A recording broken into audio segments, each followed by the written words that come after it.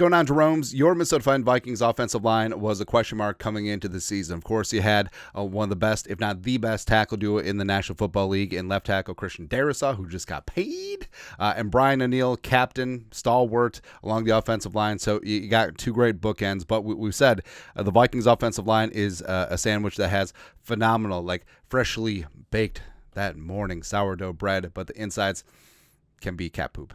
I don't know, man. But the Vikings' interior offensive line, I mean, there's been some good parts. Blake Brandel has played fantastic. Ed Ingram has had some good moments. Bradbury has had decent moments as well. But basically, it's like the offensive line has been like really good, really good, really good. But the few and far between bad moments are very, very bad. And with Ingram, is he going to hang on to the starting job? Or when Dalton Risner comes off of IR in a couple weeks, is it going to be a roadhouse? Who knows, man? But the interior offensive line, Darrisaw and ONeal, as expected, have been playing premier. Even though, the sack that Darrisaw gave up to Bosa, like I said, it was actually kind of fun. I don't think that he laid a paw on Nick Bosa, number 97. I think they were just like, you gone. It's just one of those ones. But Brandel's had a clean sheet. He's PFF's third graded left guard in the National Football League through 2 games. Also, he's getting after it in the run game. The entire left side has been a stalwart for the Vikings run game so far. Garrett Bradbury, I don't know. I know that he graded out well against the Niners, but there's still some question marks, right? And also, week 1 against Dexter Lawrence, obviously a major issue, but Dexter Lawrence is one of the best nose tackles in the game. And also Ed Ingram, targeted by Dexter Lawrence. Vernon Hargrave really just got after it as well.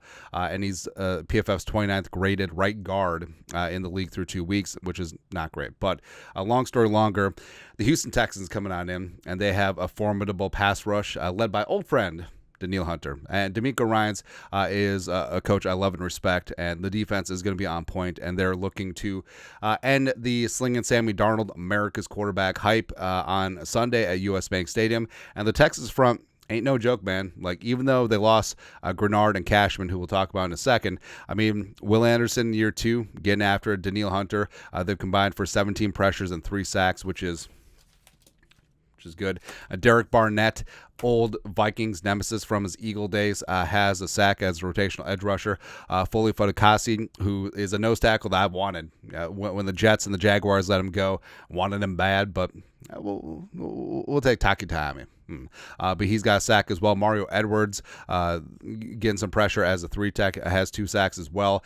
Plus, the thing about D'Amico, so D'Amico, off-ball linebacker, back in the day, he loves blitzing his off balls. So that's why Henry Tutu as well as El Shahar, even though I feel like Aziz should have been fined. Well, he's not going to be suspended, but he's going to be fined heavily for the punch on Rashawn Johnson on the sideline against the Bears. But they've combined for 7 pressures and 2 sacks as well. So the entire front 7 is going to be active and after it. And the Texans defense this season, they have 9 sacks, second in the NFL.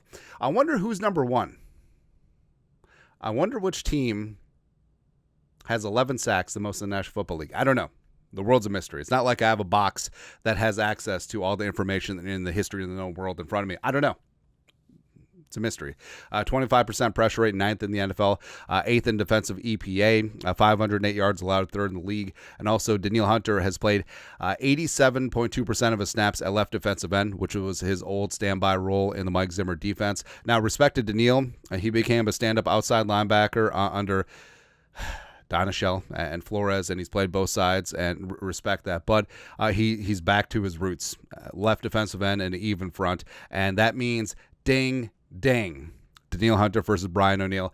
So Brian ONeal joined the Vikings 2018. So every single day in practice between 2018 and 2023, he and Danielle Hunter were locking horns and just getting it, man. So they had some great battles in practices and training camp. They get to do it for real on the field on Sunday. And like we said, ding.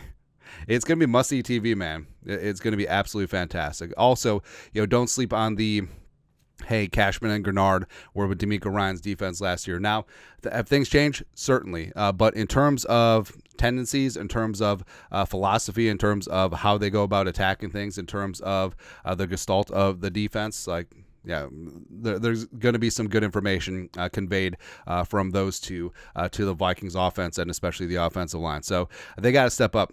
Offensive line has to keep slinging Sam Darnold clean. So far, Darnold has been pressured on 35% of his dropbacks, which is 20th best in the NFL. So still bottom third of the league in terms of quarterback pressures. Got to clean things up. The running game is great, and Sam Darnold has been operating with a plumb, but getting him even more time on a team that can definitely get after the quarterback, that's going to be the name of the game. So got to bring that ish. And also, I cannot wait. I cannot wait for this. It's going to be fantastic, man. Your thoughts are thoughts. Texans defensive front and pass rush is going to be a major test for the Vikings offensive line. Let us know your thoughts, our thoughts, comment section below. Subscribe for daily Vikings takes. Want to support the work? Put a little something in the Venmo. But till next time, Skol, production value.